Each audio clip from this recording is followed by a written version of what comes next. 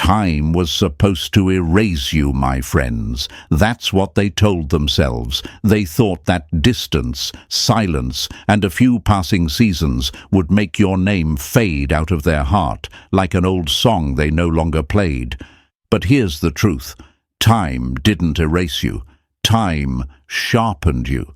Time made you louder in their memory, clearer in their mind, heavier in their chest. You became the ghost they can't stop feeling. They tried to forget you, but forgetting you was like trying to stop a wave with bare hands. It only hit them harder. You see, folks, people think moving on is easy when their ego's still full. They convince themselves they didn't need you. They distract themselves with new faces, new conversations, and fake laughter. But time has a way of stripping illusions. It takes away the noise, and all that's left is silence, the kind that screams your name when they're alone. That's when it hits them. They remember your laugh, your calmness, your patience. They remember how you looked at them like they mattered when no one else did. And that's when they realize they lost something real.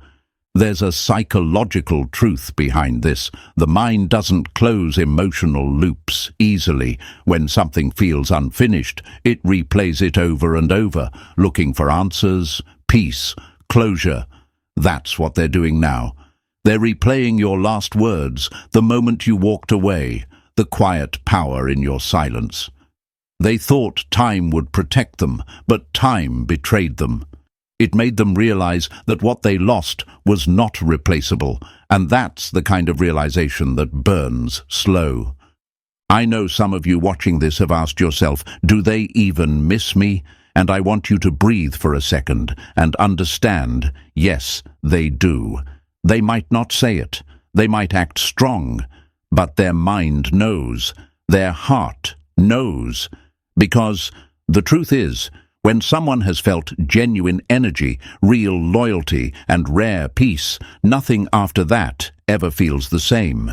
You were the standard, and now everything else falls short. Listen, my friends, this isn't about revenge. It's not about waiting for them to crawl back. It's about understanding the power of your presence.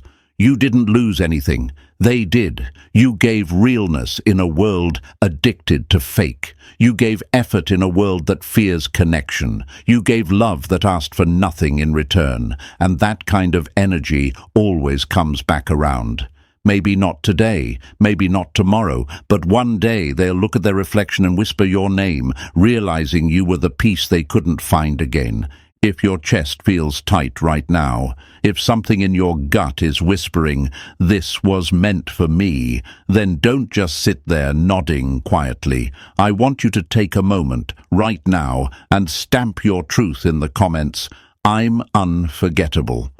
Not later, not maybe. Now. Say it like you mean it. Type it like you're claiming your identity back. Because too many people tried to convince you that you were easy to forget, and it's time to break that lie once and for all. This is how we flip the script. This is how we take our power back, not by begging, but by owning it out loud. And if this message hit that spot in you that nobody else has reached lately, if you feel seen, heard, and strangely understood in a way the world never gave you, then do something simple but powerful. Smash that like button. Hit subscribe. Join this space where silence speaks louder than drama, where peace is louder than begging, and where your worth isn't a question, it's a fact. This isn't about being petty. This is about being undeniable. Stick with me, folks. What's coming next is not just more words. It's clarity. It's confirmation. It's everything you've felt but didn't know how to explain. Your silence, it's haunting them. Your peace, it's glowing louder than their chaos. And your absence. Oh, it's the one thing they never prepared for. So breathe deep. You're not forgotten. You're unforgettable. Number 1. Time wasn't a cure. It was a mirror. They thought time would fix it. that the space between you would give them peace, clarity, or some kind of relief. That if they just waited long enough, your voice would fade, your face would blur, and your energy would stop echoing in their quiet moments. But that's not what happened, because time, my friends, doesn't erase truth. It exposes it. And for them, time didn't act like a cure. It acted like a mirror. A cold, unfiltered mirror that showed them exactly what they tried to escape, themselves, without you. At first, they distracted themselves. They stayed busy. They convinced themselves they were fine. But when the distractions faded, when the nights got quiet and no one else could fill the silence the way you once did, that's when the weight of it all started to land. Because your absence wasn't just about losing a person, it was about losing connection, meaning, and something they may not have even known they needed until it was gone. You weren't just someone who loved them, you were someone who understood them, and you can't fake that with anyone else. Here's the truth that hits hardest. Emotional distance doesn't always bring healing. Sometimes it brings a sharper kind of pain. The kind that reveals what they were running from wasn't you, it was the way you made them feel, seen, exposed, vulnerable. And now that you're gone, that mirror's still there, showing them everything they couldn't admit before. Time didn't numb them. It woke them up, slowly, cruelly, but undeniably. Carl Jung once said, "People will do anything, no matter how absurd, to avoid facing their own souls." That's what they did. They tried replacing you. They tried forgetting you. They even tried hating you. But nothing worked. Because what they're really running from isn't your memory. It's the unfinished business between you two. It's the conversations they avoided, the closure they never gave, the love they didn't know how to receive. And now it's all sitting with them, growing louder, heavier, more unbearable. There's a psychological principle behind this called the Zeigarnik effect. It explains why we remember unfinished tasks more vividly than completed ones. Our brain keeps circling back, trying to resolve what feels incomplete. It doesn't care how long it's been. It just wants to finish the loop. That's what your absence did. It left them in an open loop. No closure, no goodbye, just space, silence, and everything they couldn't admit. So now they're stuck in it, reliving old conversations, analyzing your tone, wondering if you meant what you said, questioning why you stopped reaching out. Every time they try to move on, that loop pulls them right back. And this is where obsession begins, not with you, but with themselves in relation to you. They're haunted by the version of them that you knew, the version that smiled more, that felt safe, that could rest around you. You were the mirror that showed them their potential, and when you left, that reflection cracked. That's not something people recover from easily, not when it was real. You might ask yourself, why didn't they just say this when they had the chance? Why didn't they hold on when you gave them everything? The answer is uncomfortable but necessary. They didn't know what they had. Not truly, because some people can't recognize peace until they've lived without it. Some people need the silence to hear what was always there, and now that it's silent, they hear you everywhere. It's in the music they used to play with you. It's in the restaurant they swore they'd never visit again. It's in the text thread they still haven't deleted, though they pretend not to care. Your memory is stitched into the ordinary. And no matter how hard they try, they can't scrub you out. That's not weakness. That's emotional truth. And it always finds its way back. Let me ask you this. If someone is truly over you, why do they still check your profile? Why do they ask mutual friends how you're doing? Why do they flinch when your name comes up? Why does a simple reminder of you make them act strange? It's because they're not over you, not even close. They just don't know how to confront the mirror. They don't know how to admit that your absence is louder than your presence ever was. And that's the ironic part. You said less. You did less. You vanished. But that's when they started feeling you more. That's when the emotions got sharp, the memories got vivid, the regret got loud. Because when someone's truly impacted us, we don't forget. We remember in layers. We remember in dreams, in triggers, in flashbacks that come out of nowhere. And when the person is unforgettable, no amount of time can fix it. So if you're sitting there wondering, do they think about me? The answer is yes. More than you know, but their pride is louder than their pain, at least for now. That doesn't mean they're healed, it just means they're hiding. But don't let that confuse you. Your energy is felt, your silence is heard, your absence is the mirror they can't stop staring into, even when they pretend it doesn't exist. This was never about revenge, this was about truth. And the truth is, they thought you were a phase, a chapter, something they could close, but time made them realize you were the whole book, and now they're stuck rereading the pages, wishing they'd never put it down. So stand tall in your silence. You didn't need to chase, you didn't need to explain, you let time do what it does best, reveal. And it revealed that you were never forgettable. You were unforgettable. You are unforgettable. Write it in the comments right now. Time proved my worth. Let that be your reminder, your anchor. Not because you need validation, but because you finally understand their regret isn't your responsibility. Their longing isn't your burden. Your only job now is to rise. Number 2. They didn't want you until silence made them listen. They didn't want you when you were showing up, when you were available, when you were checking in, making sure they were okay, offering your energy like it was endless.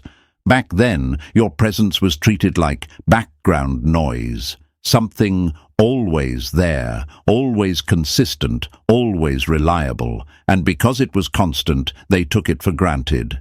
They thought your attention was permanent, your care automatic. But the moment you stopped speaking, the silence became deafening. Your withdrawal didn't just leave space, it created a vacuum.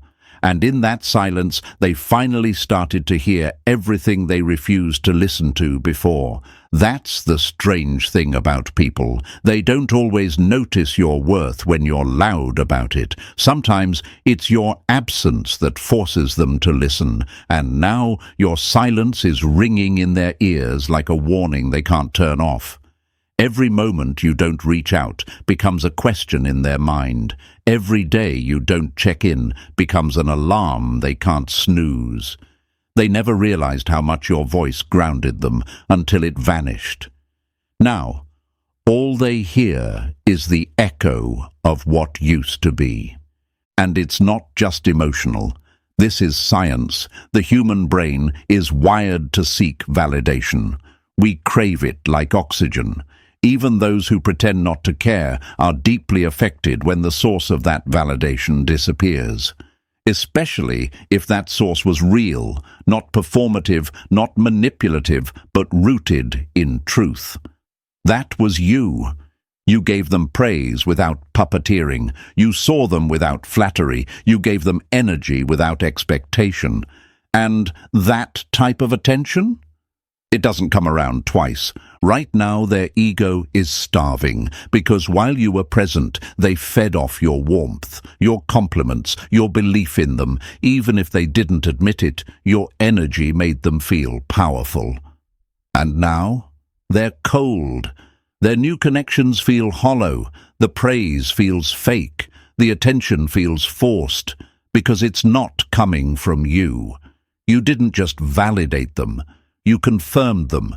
You reflected back their best self. And now that mirror is gone, and all they see is emptiness.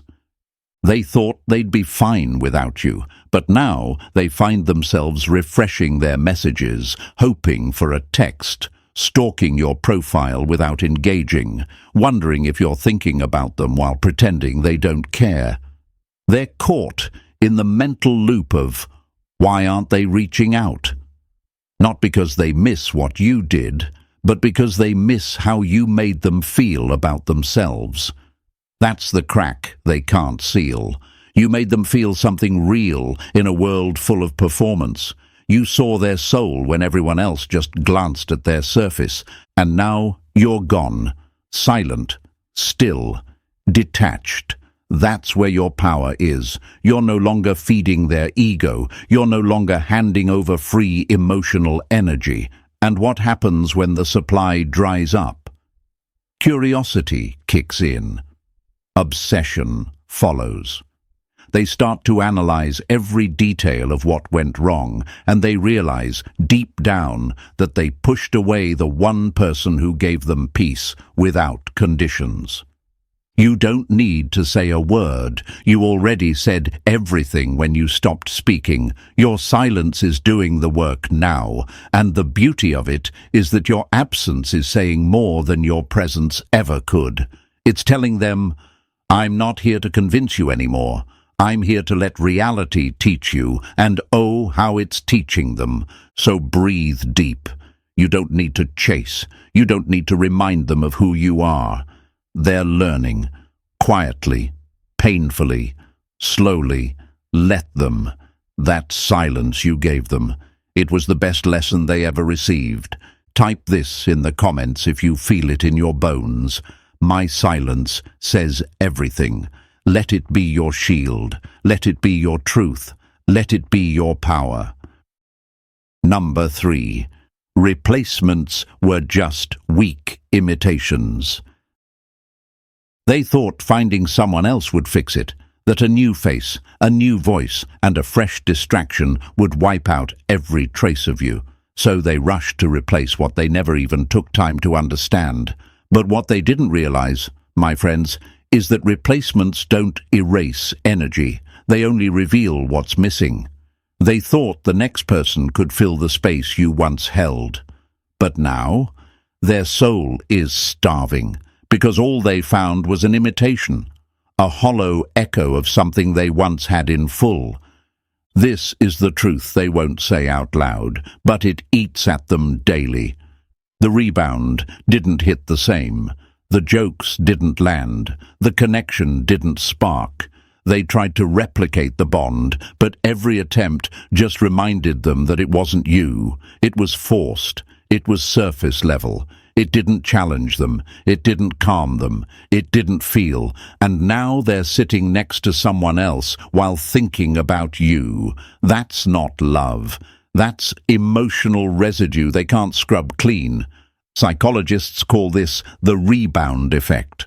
After a breakup or rejection, people often jump into something new, not to move forward, but to escape the discomfort of being alone with their thoughts. They seek emotional relief, not emotional truth. And that's the trap. Because instead of facing their loss, they distract themselves with someone who can't reach them the way you did. It's a mental high for a little while, sure. But when the novelty wears off, reality hits harder than before, and that reality is this. They didn't replace you. They downgraded.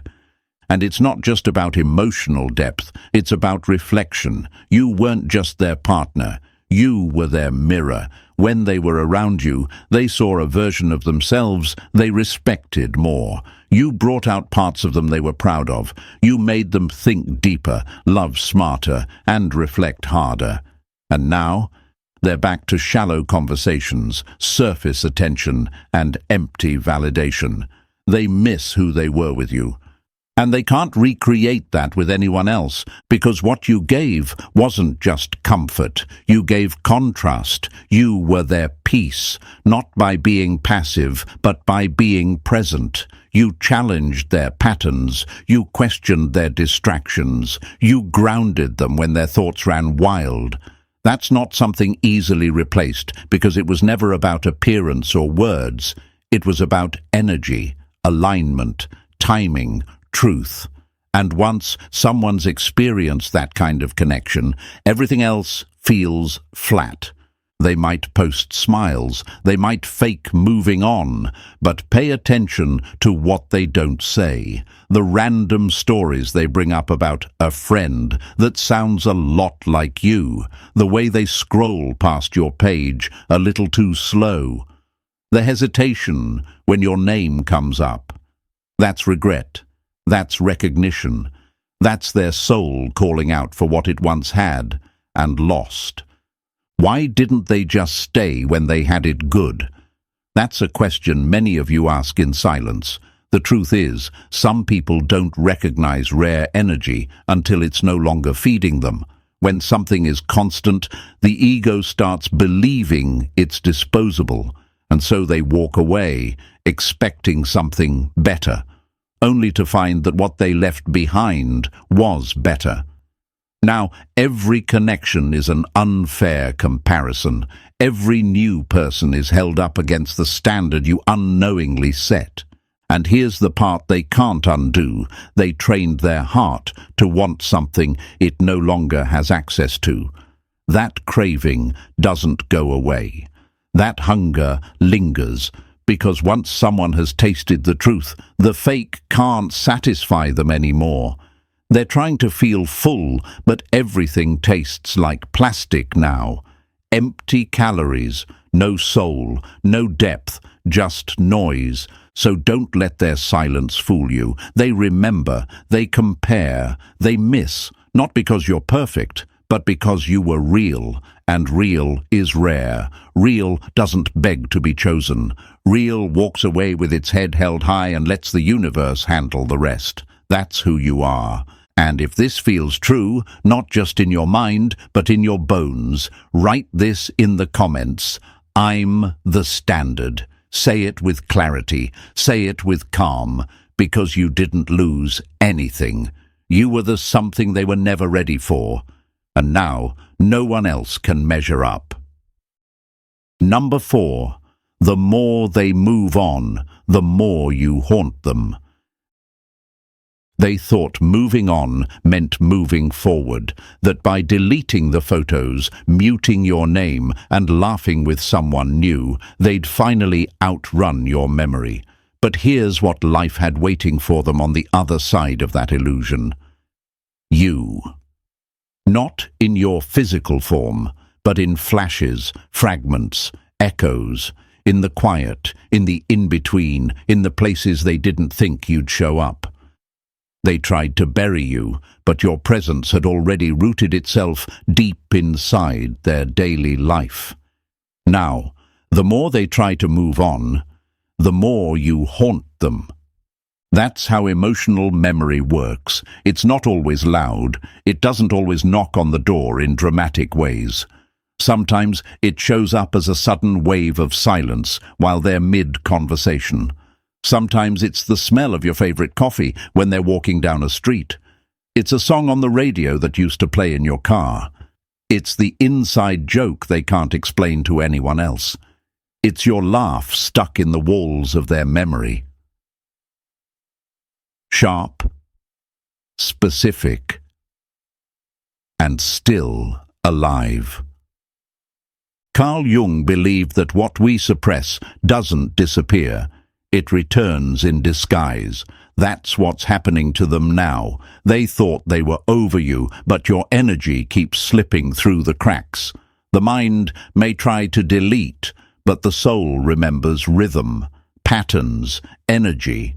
And you became a rhythm in their life, a part of their routine. So even when they try to scrub you out, you return, not because you're chasing them, but because they once let you in too deep. Now they're dealing with what psychologists call grief triggers. These are sudden, unexpected emotional hits that come from simple, everyday things. Sitting in your old spot, seeing someone wear your color, catching a glimpse of a stranger's expression that feels familiar. They think they're fine. And then boom, there you are again, not because you're haunting them on purpose, but because real connection never dies quietly. You were tied to their habits. You became part of how they moved through the world, the texts before bed, the way they'd check their phone at lunch, the comfort of knowing someone had their back. And now, every attempt to build a new rhythm feels offbeat, forced. They don't know how to explain it, but nothing feels quite right anymore. The new person doesn't hold them the same. The conversations feel rehearsed. The energy? It just doesn't hit the same. That's not drama, that's emotional truth. Their body remembers you even if their pride refuses to, and that's what messes with them most.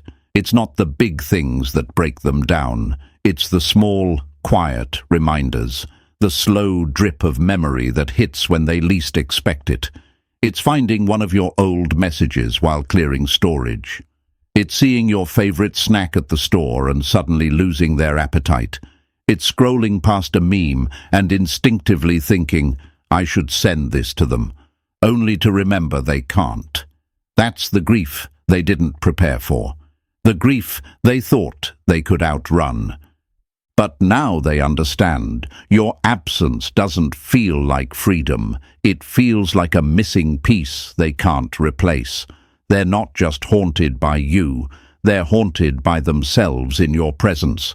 The version of them that smiled more, laughed louder, felt seen. That version is gone now, and that loss is showing up in the shadows of their new life. So don't be fooled by the forced smiles, the stories of "I'm over it" or the appearance of peace. If anything, their need to prove they've moved on is just another symptom of how deeply you still live inside them. You are their unfinished chapter, their unresolved energy, their emotional echo. And if you know that deep down, if you've felt that pull, that knowing, then remind yourself right now by typing in the comments, I still echo. Say it calmly, powerfully, because you don't need to haunt them on purpose. You already do. Number 5. They thought you were chasing. Now they're running. They thought you were chasing, and to be fair, maybe you were, for a while. Maybe you were the one reaching out first, checking in, sending the late-night texts, trying to hold things together when they were too proud, too distracted, or too blind to notice your value. They got used to your effort, got comfortable with your consistency. They thought they could treat your presence like an option because they assumed you'd always come back. But you didn't. You stopped. You detached. And that's when everything shifted.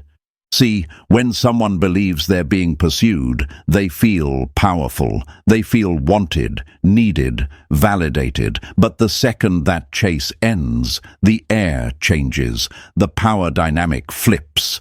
Suddenly, the one who used to crave the attention becomes the one silently begging for it. That's what's happening now. You're no longer chasing, and now they're running. Not toward peace, not toward someone new, but in circles, trying to understand why your energy feels so far away, and why it hurts more than they ever expected.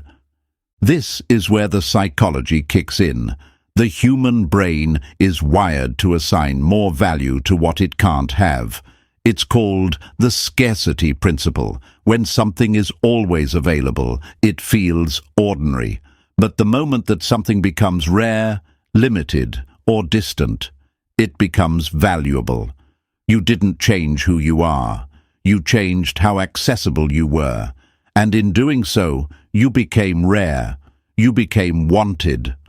Now they're replaying everything you ever said, every message you used to send, every memory you built together. They're trying to find the moment where you stopped needing them. They're trying to figure out what happened.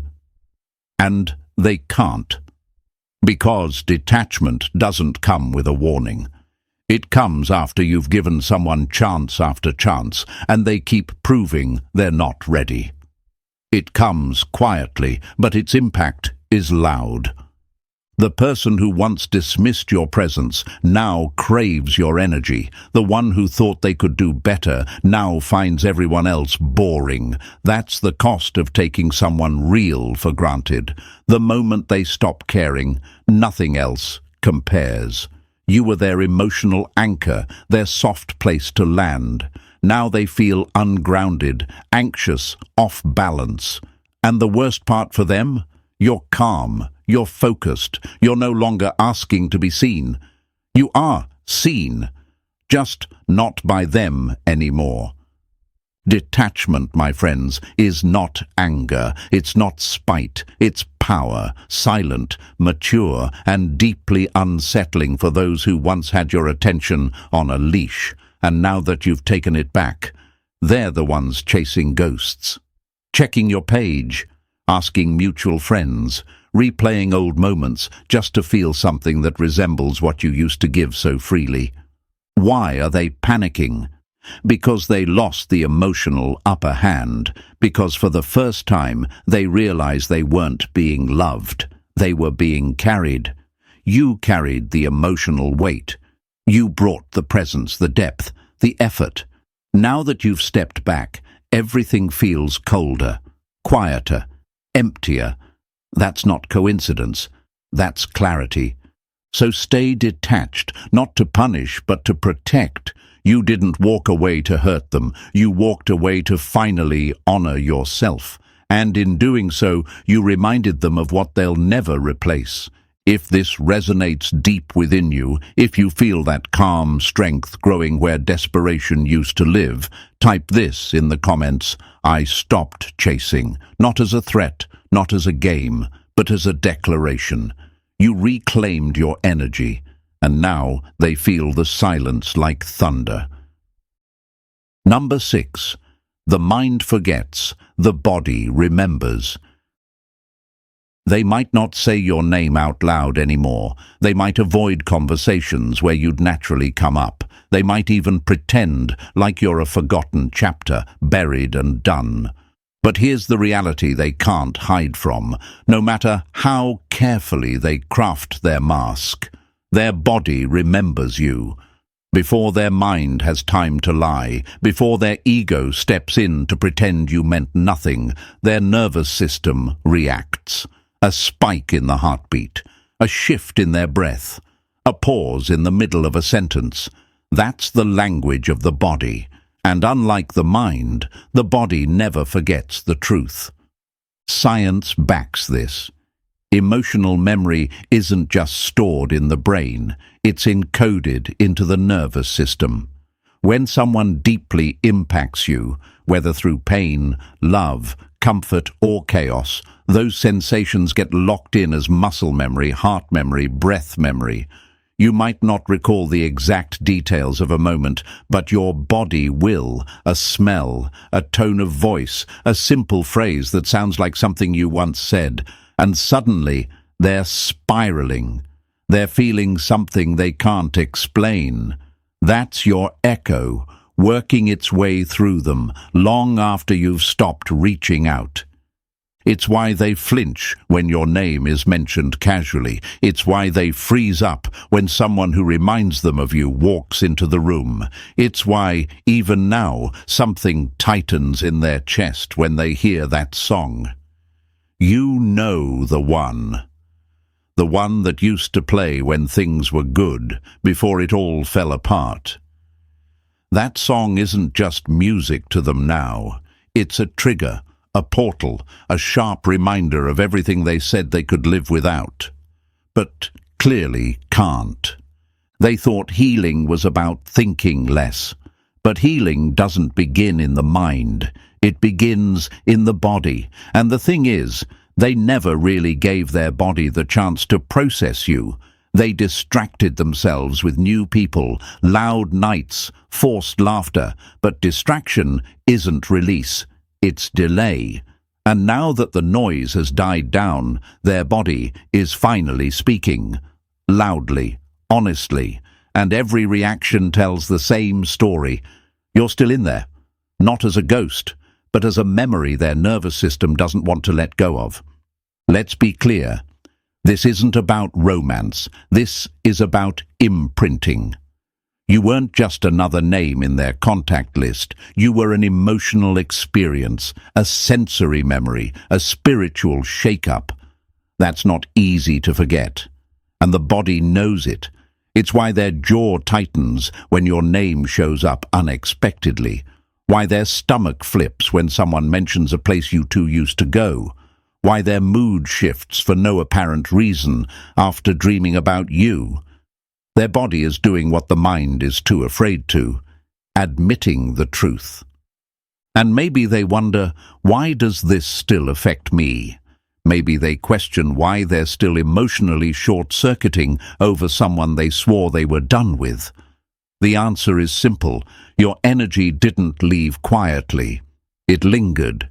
It wove itself into the fabric of their nervous system. And until they face it, fully without denial, it will keep coming back again and again at the most inconvenient times. So if you've ever doubted your impact, don't. If you've ever wondered whether they still feel you, they do. Before their brain has time to build the lie, their body already told the truth. They're not healed. They're haunted. And not because you tried to haunt them, but because you mattered. And when something matters deeply, it becomes part of us, like a tattoo under the skin, always there, even if no one else can see it. If you feel this in your bones, if you've seen it happen even once, type this in the comments. Their body remembers. Say it softly, say it confidently, because you were never forgettable. You were unforgettable, right down to their heartbeat. Number 7. Regret. Hits late, but it hits hard. Regret doesn't always show up right away. It doesn't knock on the door the moment someone walks away from something good. It waits, it watches. And then, when the noise has faded and pride has run its course, regret slips in, quiet, sharp, and heavy. That's where they are now, sitting alone with everything they said to push you away, every cold response, every sarcastic jab, every moment they left you wondering if you were too much, when, in reality, you were the only real thing in the room. And now, it's killing them. Not all at once, but slowly, in waves. At the time, they thought they had the upper hand. They thought being distant made them strong. They believed silence was power, that showing emotion was weakness, and that keeping control was more important than keeping you. But now, that silence feels like a punishment. Not for you, but for them. Because all they're left with now is an empty phone, a head full of reruns, and a heart that won't shut up. They didn't just lose you. They lost the version of themselves that existed when you loved them. This is where the war begins, not between you and them, but inside their own mind. Guilt and pride don't live well together. Guilt keeps whispering, "You messed up. You let something real slip away," but pride fires back. "Don't go back. Don't look weak. Don't admit it." And they sit in the middle of that battle, exhausted, confused, paralyzed. They want to reach out, but they don't know how. Because reaching out would mean admitting everything they denied. And that's a hard pill to swallow when they spent so much time pretending you didn't matter. But you did. You still do. That's why they replay it all. Not just the good parts, but the bad. Especially the bad. The way they brushed you off when you were vulnerable. The way they ignored your efforts, your care, your presence. The moment you finally gave up trying and they acted like it didn't matter. That memory stings now, deeper than they expected. And it hits hardest at night, when there's no one else around to distract them. That's when their chest tightens. That's when the truth shows up, unwanted but unavoidable. You were their safe space, and they torched it. You offered softness in a world that only gave them chaos. You were patient when they were cold. You gave grace when they gave attitude, and now they see it. Too late, maybe, but they see it. And that realization, it doesn't feel like freedom. It feels like grief. Not just for you, but for the person they could have been with you, the version of themselves they never got to fully explore because their pride got in the way. And let's be real, they don't know how to come back. Because what do you say to someone who gave you everything while you gave them confusion? How do you face the one you ghosted, doubted, hurt, and ignored? When now you'd give anything just to hear their voice again. That's the knot they sit with every single day. They pretend it's peace, but it's regret disguised as ego. So if you've ever wondered whether they feel it, they do. Regret isn't always loud, but it's always honest, and it's far more painful when it arrives late. They didn't just lose you, they lost their chance to get it right. That's what hurts the most. If you've ever been made to feel like you didn't matter, but deep down you know they're feeling it now, say it loud in the comments. They regret losing me. Own it, not out of bitterness, but out of truth. Because some lessons don't come when you leave. They come when your silence becomes louder than your love ever was. Number 8. They're coming back, but now it's on your terms. They wanted control, remember? Back when you were still trying, still showing up, still believing in the bond, they held the cards. At least that's what they thought. They dictated the pace. They chose when to reply, when to engage, when to act like you mattered, and when to act like you didn't. But now the energy has shifted. What they once tried to control, they're now desperate to reach. And here's the twist they never saw coming. They're coming back, but not on their terms anymore, on yours. See, the thing about love, real love, is that it doesn't disappear just because someone tried to bury it. It doesn't vanish just because they acted indifferent. Love stays, it lingers, it seeps into the cracks of their routine, their thoughts, their emotional blind spots. And that's what's happening now. They're trying to live without you, but their heart isn't cooperating. Their pride is screaming, "Don't text them." But their soul is whispering, "What if you never get that chance again?" That inner war is real. And slowly, love is winning. They scroll through your photos and try not to double tap. They type messages and delete them. They replay your last moments together and wonder if you were holding on, hoping for one more chance. They don't say any of this out loud, of course. Pride won't let them. But in the quiet of their mind, you're the headline. You're the one they think of before bed, the first face that pops into their head when a song hits too hard. The name that lingers on the edge of their tongue when they talk about someone they used to know, pretending it doesn't still hurt. They're planning it, even if it's clumsy and slow. The return, the message, the casual, "Hey, just checking in." Not because they've figured everything out, but because the weight of your absence has finally become unbearable.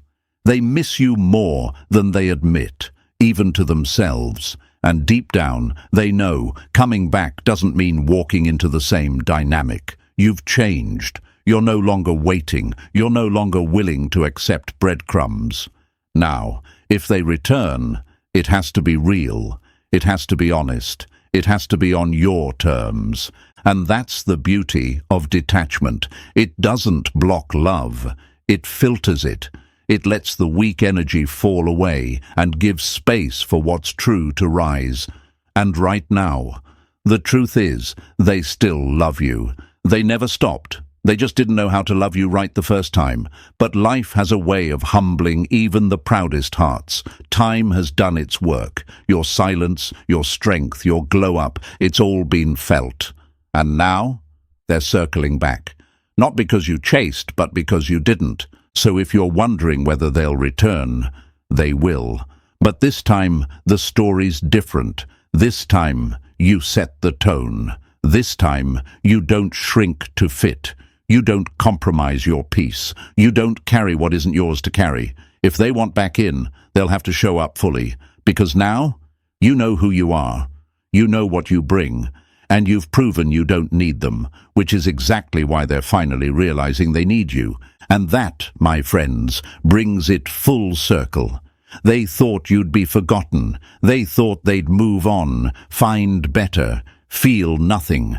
But time revealed the truth. You were never replaceable.